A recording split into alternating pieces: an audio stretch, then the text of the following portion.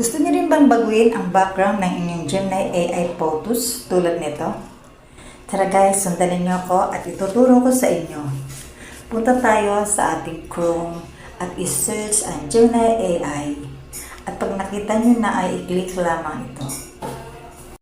Makikita niyo ang Google Gemini, i-click natin yan.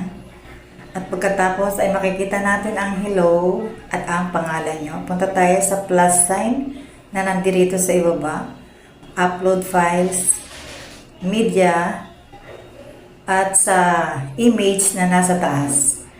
At pagkatapos ay hahanap tayo ng ating picture na ating gagamitin. Mas maganda kung whole body ito. Then select. Ayan.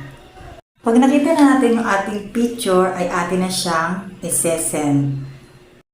At ngayon ay dito tayo sa Ask Gemini. Maglalagay tayo dito ng words kung ano yung mga gusto nating lugar or kasuotan. Ayan.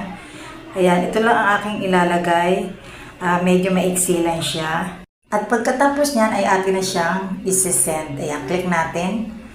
At ayan, naglo-loading na siya. Just a second ay lalabas na ang resulta ng ating Gemini AI photos, guys. Wait lang tayo ng konting oras. At okay, ayan na siya. Oops, ayan. Oh guys, ayan na. At meron kayo dito makikitang arrow sa itaas. Yan, itong arrow na ito ay ating i-click yan para siya ay mag-download na papunta sa ating gallery. So guys, punta na lang kayo sa inyong gallery at tingnan nyo kung nandoon na ang ating ginawang Gemini AI. Thank you guys. Thank you for watching.